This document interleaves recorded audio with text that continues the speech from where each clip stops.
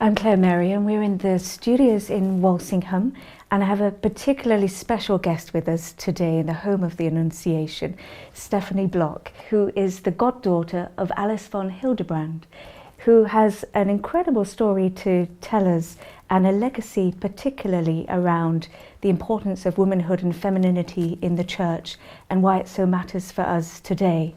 So welcome, Stephanie. Thank you so much. So in terms of Alice's legacy, and how it's sort of been passed on to you, and you've been doing some talks in Oxford and London. It's brought you to the UK for the first time, and then your links with Our Lady of Walsingham. What have you been imparting to your audience from all this in a nutshell? Well, so Alice and Dietrich wrote a lot of very profound, deep philosophical work, but they also in response to questions and needs and needs, wrote a lot of what, and this probably is not a technical term, but what I would call applied philosophy. You know, it's things that people who are not philosophically trained find very useful as they begin to navigate in the world and in the church. And in her last 20 years, I would say, she particularly focused on, in her writing and lecturing, on the problem of being a woman, because it is so under attack in this time. She used the philosopher Simone de Beauvoir as a, when you say the word feminism, you can mean so many things by it. And not all of them are bad. If you mean equal pay for equal work, I mean, that's grand. If you mean that a woman shouldn't be abused by anyone, I mean, absolutely. So if that's what you mean by feminism, that's not what we're talking about. But using this particular philosopher, and I kind of wonder if she didn't choose Simone de Beauvoir because she was French, and that was her mother tongue. So it was, particularly in philosophy, you know, you have to be so careful that you've understood what someone said, and if it isn't your first language, there are just added possibilities for misunderstanding.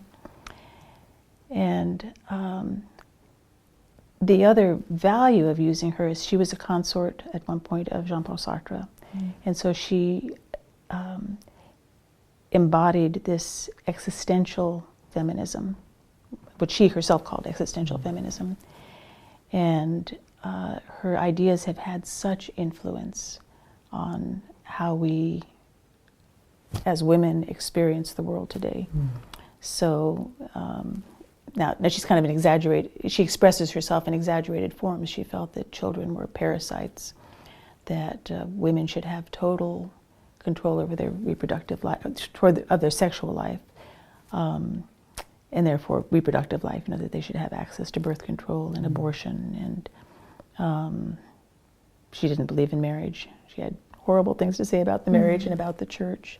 And so it made her a very articulate, she was a very articulate spokeswoman for all the positions that Alice felt needed to be addressed.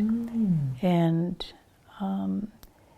in describing this to women in the talk, I just think of my own life and all the times that I've faced as a mother, as a woman, well, all right, I'll give you a couple examples. Going to a pediatrician with my 16-year-old daughter at the time, and being called out of the office to fill out some forms. Meanwhile, the nurse is in there with my daughter trying to give her an injection against an sexually transmitted disease, STD. Or going to the obstetrician with my 4th pregnancy and being told, isn't it time to get your tubes tied, you know? Or having a very well-intentioned family member who loves you very dearly saying, you know, you're really wasting your talents and your education. You know, so there's so many ways that it comes in where you as a woman, if you should choose to have children with an open heart, are being told, that's only for the very simple. And the stigma attached to it is there's such extraordinary, stigma. isn't it? There's such stigma. Of course. Unless you're lucky enough to find a group of women, which is what Chiara Finaldi is doing with her Catholic Women's organization, that supports each other and encourages each other. And I guess another really interesting lie is that, if a woman is productive in the home, she can't be productive in any other sphere. And that's also just so untrue. And one can give, not everybody can do both at once, or should do both at once. But I can just think of so many women who have accomplished so much and had the joy of their family. And it hasn't been in any way a hindrance. Well, I mean, I'm sure there are times that it's a hindrance, but it's just not what people think. No. And do you find the thinking around the complementarity of marriage and man and woman in this? I remember a friend of mine once who was she'd had a great career, as did her husband, but she said the lie that women are told and have fed into, that you can have it all. But she said, me and my husband have talked about it so much, she said, you can have it all over a lifetime. So there are some times where the husband is, got a career peak or whatever, and the children coming along, and all the nuances that come with being a parent and in a relationship and in a marriage. But the complementarity of the man and women in a marriage. If they are open to it, yes. Yeah. I think there have been maybe periods in time when people have fallen into stereotypes that have cramped women, and maybe that's part of the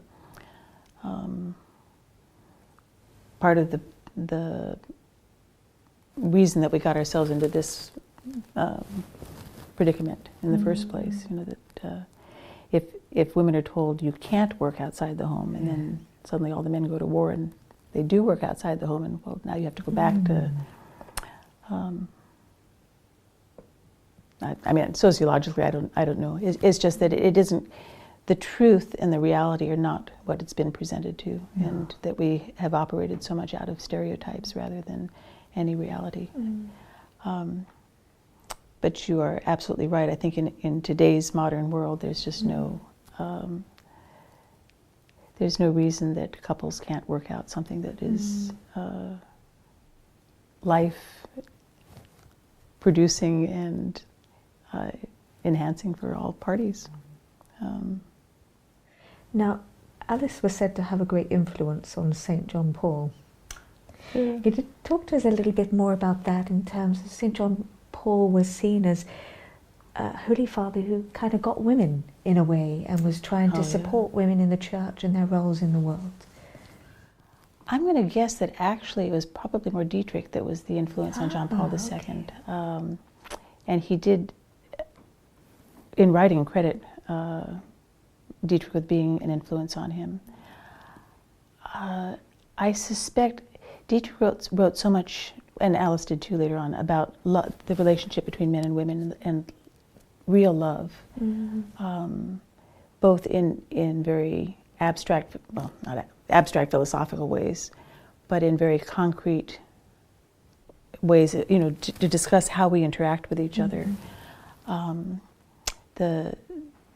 The great chivalry, the great tenderness with which people who love and see truly interact. That I, in having read the little bit of theology on the body that I've read, I think John Paul II, well, I mean, he says that he was influenced by his thought. So I think he must have read some of this and then himself taken it and given it a theological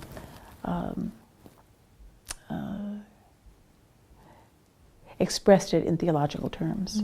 So, but one would have to know a lot more to actually address that appropriately, and adequately.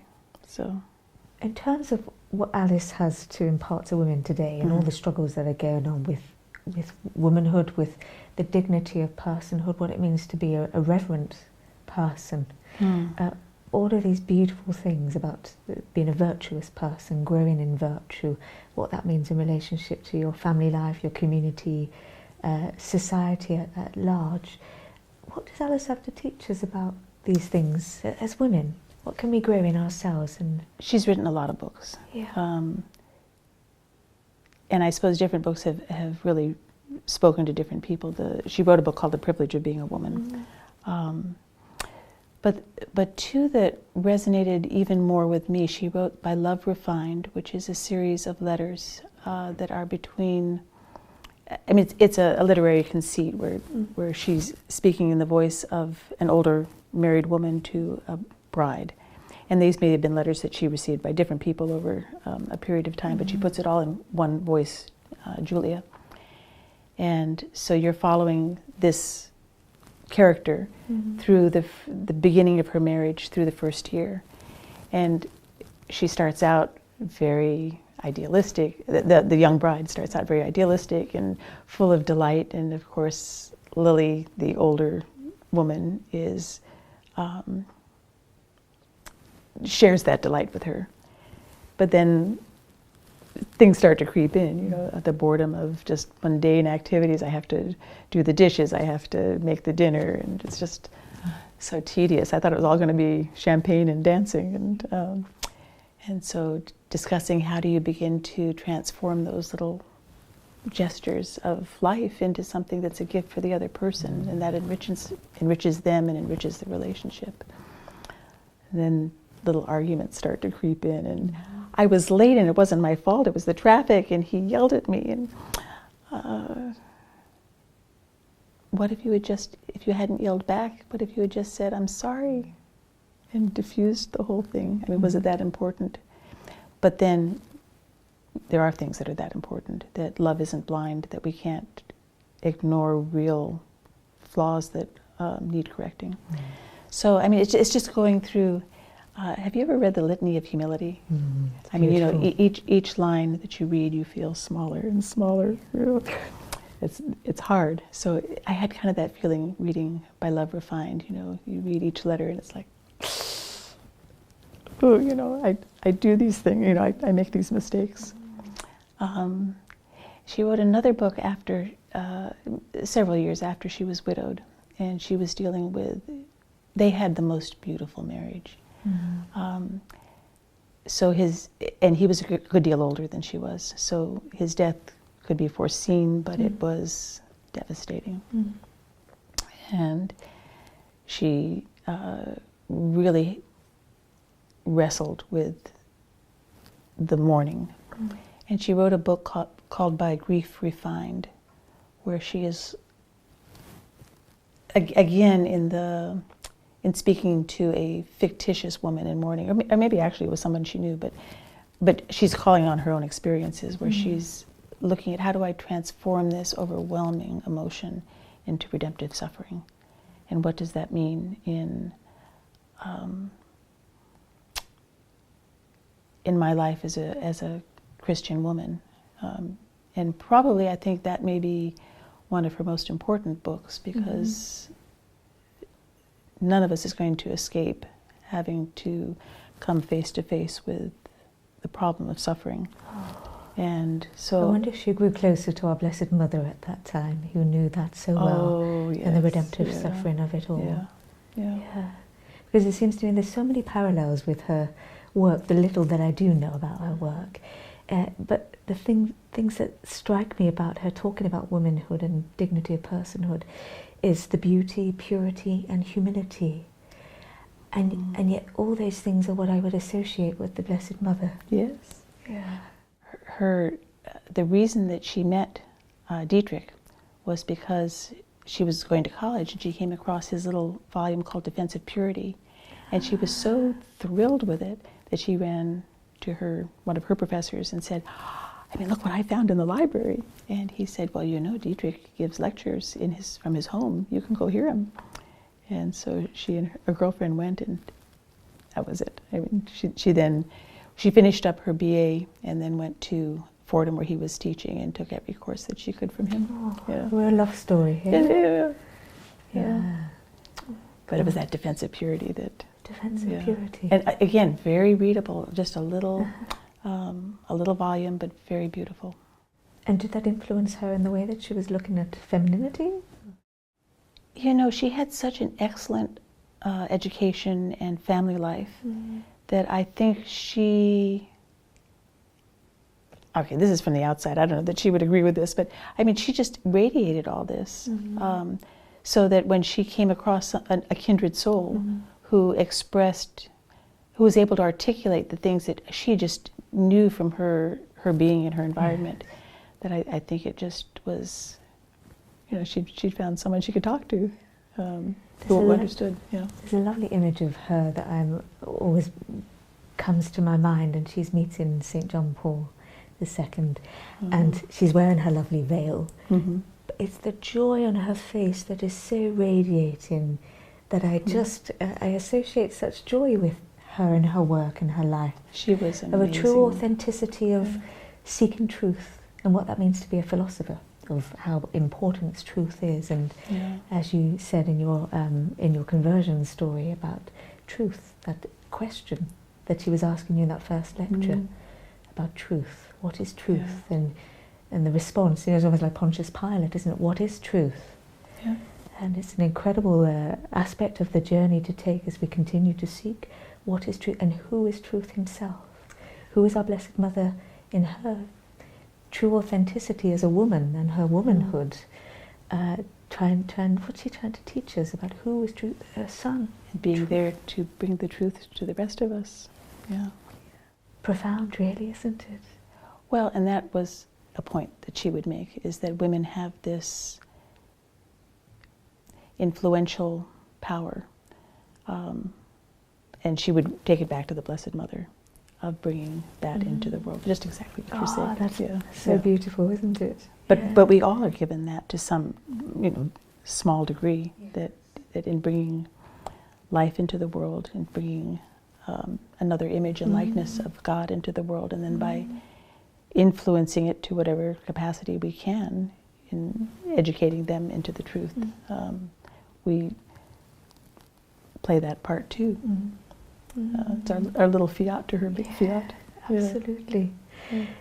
Now, it's wonderful that this is just a short time on from a spiritual event that took place in Walsingham recently, but that was in union with all across the church, as the Holy Father Pope Francis was bringing all the bishops of the world and religious and consecrated peoples and the laity to unite with him to consecrate the world, especially Ukraine and Russia, to the Immaculate and Sorrowful Heart of our Blessed Mother.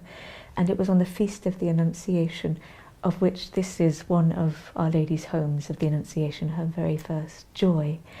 And I'm struck with some of the conversations that are around that, in terms of pointing to what Alice's good body of her work was about, and our Blessed Mother of this sense about what it means to be a woman in true authenticity, to be life-bearing.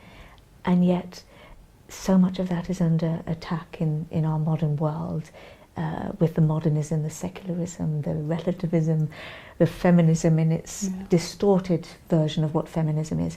All these things creeping into every aspect of our fabric of it seems the entire world right now. All these agendas that are being pushed in terms of abortion, euthanasia, eugenics, population control, everything that almost is to destroy woman, and woman's role to be so life-giving. And of course St. John Paul II talked greatly about this, the culture of death and the culture of life. And yet what you have emerging amidst this terrible tragedy of Ukraine and Russia going on, of what we are just catching a glimpse of what we think we know about what's going on. We have this Roe versus Wade coming out of the Supreme Court in America, which of course in America it's so polarized, the issue of abortion and life and womanhood. And I wonder what your thoughts were on this sort of big picture that might be going on in the world spiritually as well as philosophically, existentially, of all the work that has sort of been a part, and you've been a party gosh. too. I don't know where to go with that. Certainly, I'm thrilled with the direction that the U.S. appears to be going, but it's going to be, all that that court decision has done is to, not all, I mean, it's fabulous, but I mean, it's just pushed the issue down to a lower level, you know, so that each state will decide. And so the battles now will go on a state level as opposed to on the federal level. Although I'm sure people will be trying to find ways to bring it back onto the federal level. So it is a victory, but it's one that's going to have to be defended. And I think, you know, one of the things Alice would say is that sometimes it's very hard to talk about current events because they're right here, you know, you're right in front of your face, and you need a little bit of distance to be able to assess them. But my goodness, the movements we make toward the good and the true and the beautiful are better than the other direction. So if Alice was looking at this with hindsight, when I suppose here in the States with Margaret Sanger, and in the UK with somebody like Mary Stopes, and they were sort of on a parallel of what was going on in these issues, how would Alice be viewing this in light of the history looking back rather than current? Well, you know, it's hard. We've come so far in our devolution that it's, you know, like it's just a little step backwards from the brink, you know, maybe. So, I mean, I can't speak for her, but I would imagine she would rejoice at that step backwards, but we've got so far to go before. I don't know if he actually said it, this may be apocryphal, but someone once, I heard, asked Benedict XVI what he thought of the state of the church. And supposedly he said, oh, the state of the church is fine. It's just not as big as you think it is. And we're at a point now where there's a lot of missionary work to be done. It's you know, these steps that we take. Coming to England has been such a thrill. I've met so many beautiful, beautiful people here, people of very strong faith. But it's a small group. I mean, it's got to go out. It's wonderful that there's a mother's group now that's supporting each other, but it's just a handful of women. It's a wonderful handful of women. They're on fire. They're articulate. They're bright. They're supporting one another, which they all deeply need. But it's small, so there's much work to be done. And I think that's what she lived for in her last 20. When she was 90, she was very, very deaf and quite blind. She still wrote Memoirs of a Happy Failure. She was still working on some of Dietrich's books. She was still working with the Legacy project, the von Hildebrand Legacy Project. She stopped lecturing. She gave a few talks on EWTN and on other venues that were taped. That was harder for her. She wrote articles up until maybe the last 2 years of her life. So she certainly was a warrior for that missionary work. And as I say, or as we've been discussing, I mean, the problem of the assaults against women and how women are thinking of their role and their gifts in the world, that was very critical to her. Her other big issue was reverence, you know, that we've lost any sense of reverence. But that's where she pinpointed the need, the greatest need. And she's probably right. You know, if women could recapture their understanding of how important their what they have to give is, it would make all the difference in the world. Absolutely. If we bring the reverence as women into the temple of God, into the worship before God, and put that in its right place, then so many graces are going to come if we stay close to our Blessed Mother. Well, you have one good family radiates out and has ripple effects in so many different ways. Stephanie, thank you so much for being with us. Oh. We could talk so much about this, but I'm so grateful Oh. to you for coming to EWTN and being in Oh, Walsingham with us. thank you so much. God bless you. God bless you.